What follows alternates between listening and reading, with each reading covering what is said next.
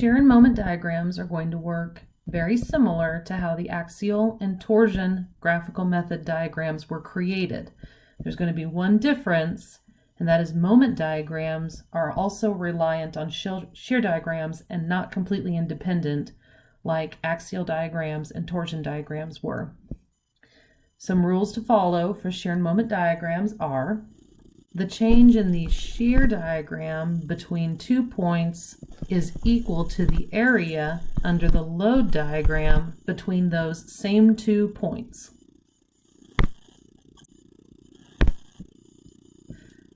The slope of the shear diagram is equal to the intensity of the load diagram. Similarly, the change in the moment diagram between 2 points is equal to the area under the shear diagram between those same points. The slope of the moment diagram is equal to the intensity of the shear diagram. Let's put this into practice. So what I have here is a simply supported beam with a point load of 160 pounds acting off center. I want to draw the shear and moment diagrams. The very first thing that I need to do is solve for my reactions at A and B.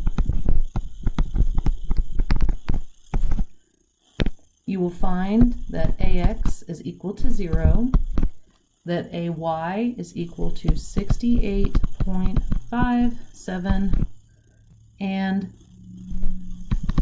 BY is equal to 91.43 in 4 significant digits. Now that I have this, I can draw my diagrams.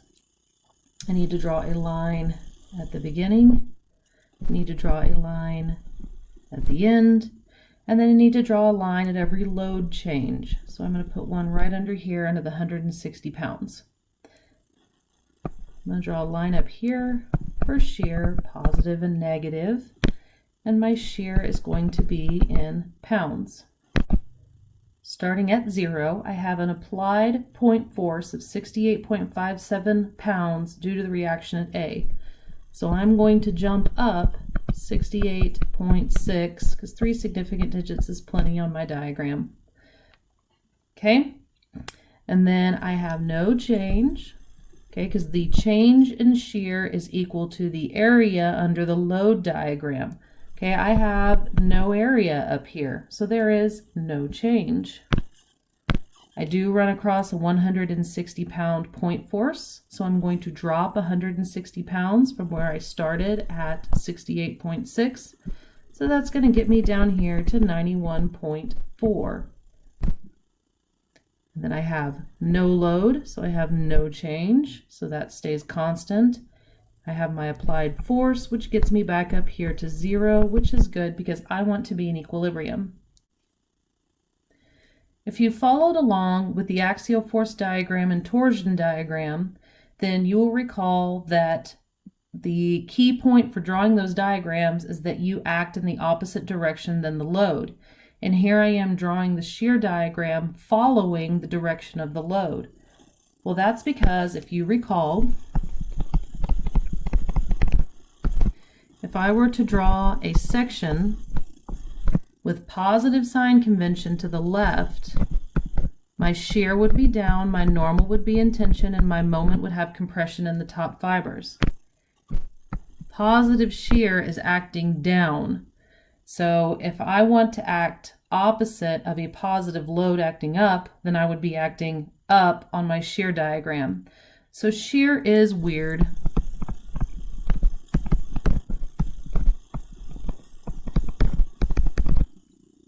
Because it acts opposite of what we've been doing for every other diagram. Next, I want to draw my moment diagram. My moment diagram is not only going to include applied moments on our system, but it is going to include the area and slope considerations of the shear. Okay, why is this? Remember, a moment is a force acting at a perpendicular distance. So if I'm looking here at A, and I go over here to this 160 pound force, I've got a force and a perpendicular distance. So that load is causing a moment, okay? Unlike every other force that we've done up to this point where they all act independently on the diagram. Moment diagrams are special.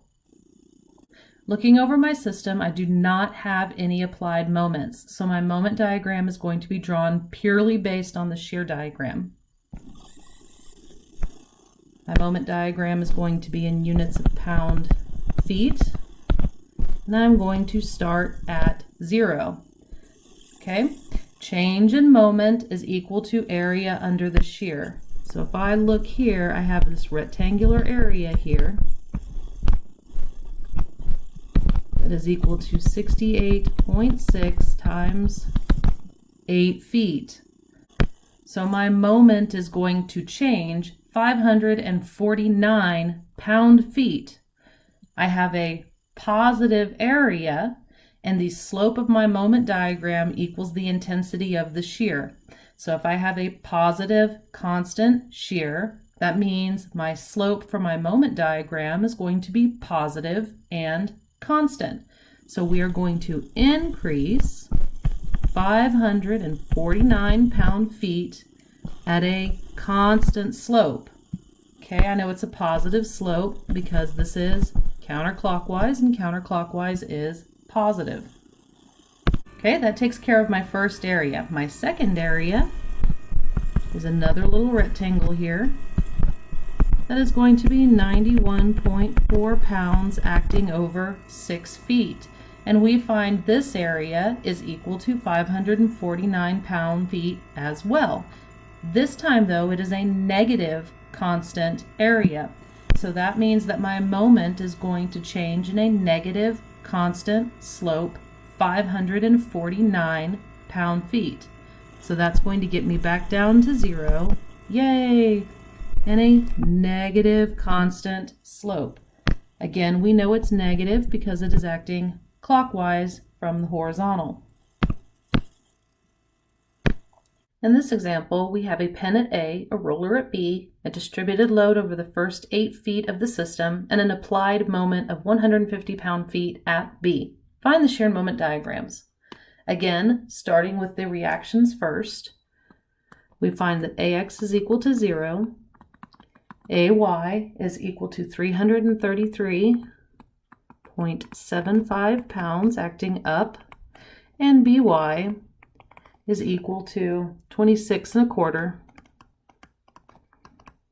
acting up.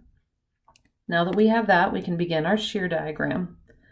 Line at the beginning, line at the end, and we're going to have a reaction at A that's going to cause a change, and then we have the end of our distributed load that is going to cause a change.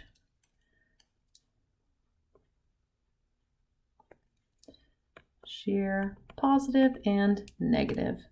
Again, we are going to be in pounds, and we're going to start at 0.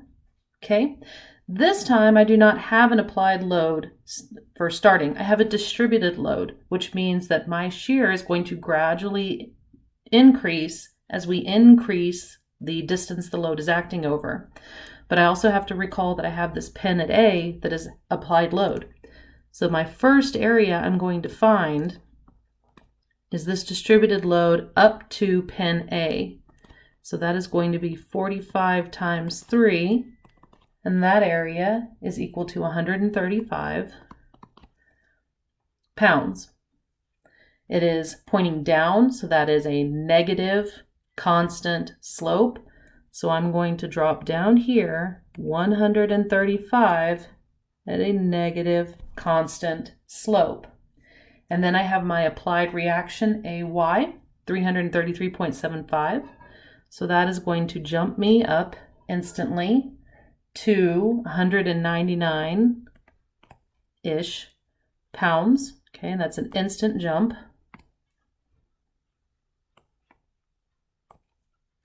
And then I have the second part of my distributed load that is going to continue that change. So this is 45 times 5, and that area is equal to 225 pounds. Again, it's negative and constant, so I'm going to change negative, constant, 225 pounds. And that's going to get me down here to 26.2. Okay, remember that I'm just doing 3 significant digits on my diagram, but I'm using more significant digits in my calculator. All right, I have no area that lasts 3 feet. So that means I have no change on my shear diagram that lasts 3 feet. Then I run into By, which is an applied force, and that gets me back up to 0, and we are in equilibrium. For drawing my moment diagram, I look over my load diagram and I see I have a 150 pound-foot moment at B. So that is going to show as a jump on our moment diagram. Up until B, I'm just going to be using the shear diagram because I don't have any more applied moments.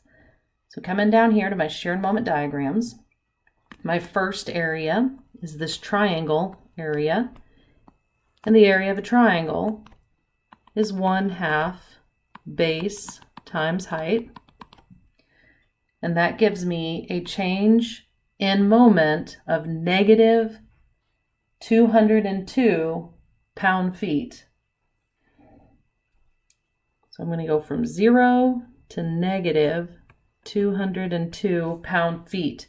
As I move from left to right on my shear diagram, I have a constantly increasing intensity. So that means my moment needs to constantly increase.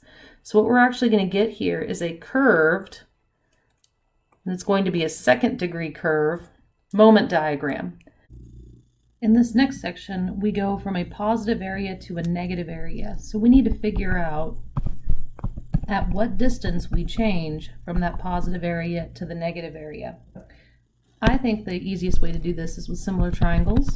So we have this triangle that I'm drawing in green that has its own entire height. And then we have the blue triangle to the left with 199 height. And we can find the distance x there using similar triangles. So my total triangle has a height of 225. And it is acting over the entire 5 feet.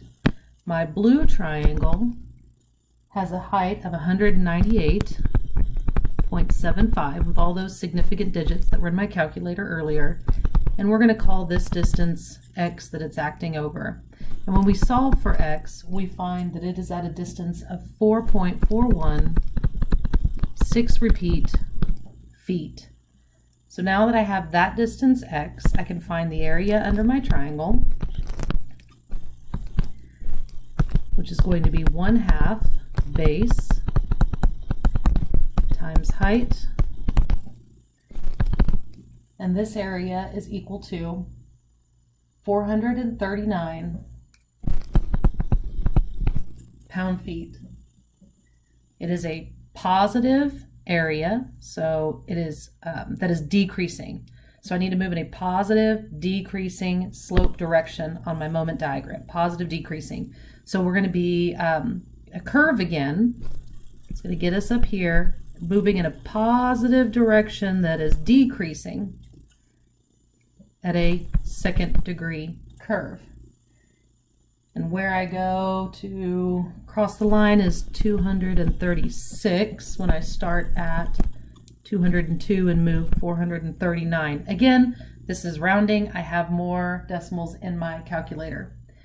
Then I need to move this last little triangle area, 1/2 base, so that's going to be 5 minus 4.416 repeat times height, 26.2, and that gives me an area of 7.66. Not a lot, but we need it in there. It is negative increasing, so this is going to come down here to 228 in 3 significant digits. My last area is a rectangle, so the equation for that area is going to be base times height, and that value is 78.75, and it is constant and negative. So that means my slope here needs to be constant and negative and drop 78.75, which it gets us to 150 pound-feet Okay, that's not 0. We're not in equilibrium, but don't forget we have an applied 150 pound-feet at B on my force diagram. It is counterclockwise, which is a positive external. So that means internally I need to act negatively, so I'm going to drop down. Now I'm at equilibrium. If you are wondering where my second degrees of curvature are coming from on my moment diagram, this will be more explained, I think, when we do moment equations in terms of x in the next lecture series. But if you remember your calculus correctly, when we find the area under the curve, if we integrate the equation for that curve, we get the tangent. So if I have a first degree slope and I integrate a first degree, that gets me to a second degree. Think the integral of the slope-intercept equation. mx plus b, okay? If we integrate that in terms of x, that's going to give us mx squared divided by 2 plus bx, second degree of curvature. So that's what we're doing here with the graphical method. And that's where these second degrees come from. And we'll see a little bit more of this when we get to moment equations in terms of x in the next lecture series. My last example is a cantilever with a triangular load that goes from a magnitude of 0 to a magnitude of 33 kilonewtons per meter over 6 meters. I want to find the shear and moment diagrams. Again, the very first thing that I'm going to do is solve for my reactions at A. And I find that AY is equal to 99 kilonewtons. AX is equal to 0, and moment at A has compression in the bottom of the member. It's counterclockwise with a magnitude of 396 kilonewton meters. I have a line at the beginning. I have a line at the end. And that is it, because my load is a constant triangle, if you will, throughout the entire 6 meters. So I don't have any intermediate lines here. Shear, positive, negative, and we are going to be in kilonewtons. Starting at 0, I have an applied shear of 99, so I'm going to jump up here, 99, or an applied vertical force. Okay, now I need to change my shear, the area under the load diagram. So here's my load diagram's area. It's a triangle. Area is equal to 1/2 base 6 times height 33, which we're going to find is 99. It is a negative, constantly increasing slope, so that means that it is going to curve down this way, and it is a second degree curve because this triangle is a first degree curve. Drawing the moment diagram, we're going to look at the load diagram and see that I have a counterclockwise moment of 396 kilonewton meters going counterclockwise, so that is a positive direction, so I need to drop negatively on my moment diagram. That is the only applied moment that I have, so it's the only one I need to worry about. Okay, my change in moment is going to be the area under the shear diagram. So that is this entire area here. Area is equal to 2/3 base times height. Now I know that because of the geometric properties that's in the front of your textbook for a second degree curve. Now this equation only works if we have a vertex, and a vertex is where the slope is equal to 0 for that tangent line, and I know that the slope is equal to 0 because the slope is equal to the intensity of the load diagram. And this part of the curve is drawn based on that triangular load diagram, and this intensity is equal to 0. So that means the slope on the shear diagram is equal to 0, which means it's a vertex, so I can use this area equation, which equals 396. The area under my shear diagram is positive and decreasing, which means my moment diagram's slope needs to move in a positive direction and decrease. So it is going to curve this way. up to 0, and it will be a third degree because my shear is a second degree, because my load is a first degree, and we increase by a degree of curvature with every move. In this example, we have a pin at A, rollers at B and C, an internal hinge at D, and moments at A and C. I'm going to start by solving for reactions, and I find that AX is equal to 0, AY is equal to 42 newtons down, BY is equal to 4 newtons up, and CY is equal to 38 newtons up. My shear diagram needs to have a line at the beginning, a line at the end, and a line at every change of shear. The internal hinge is not going to cause a change in shear. Only the external forces and external reactions do that.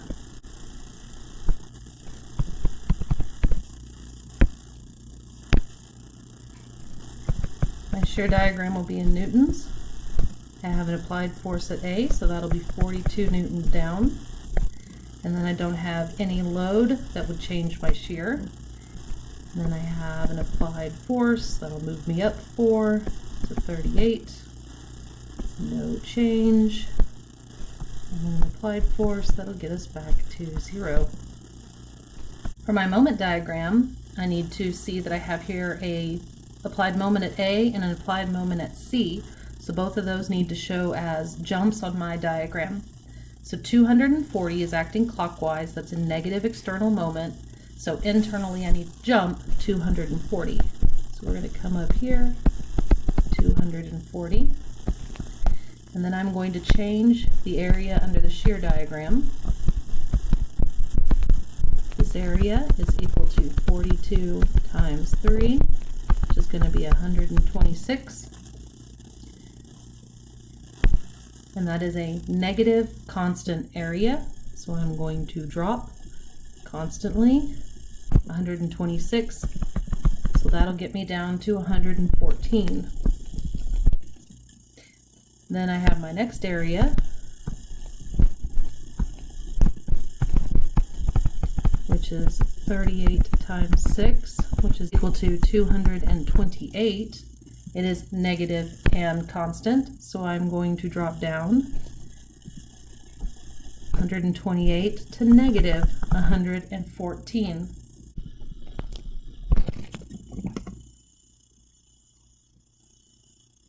Then I have my applied moment, which is a clockwise negative external moment, so I need to react positively back up to 0. And here is my moment diagram. You may be asking, why is the internal hinge there? Well, first, I needed it to solve for my external reactions. I took it apart at D and solved for my reaction at C using free body diagram DC. But what we also have here, what I think is interesting, is an internal hinge can handle transverse forces, but it cannot handle moments, right? And if we see here on our shear diagram, that we have an internal shear at D of 38, and coming down here we have an internal moment at 0. 0 moment at the hinge, as it should be. So anywhere on the moment diagram where there's 0 moment, there is potentially an internal hinge.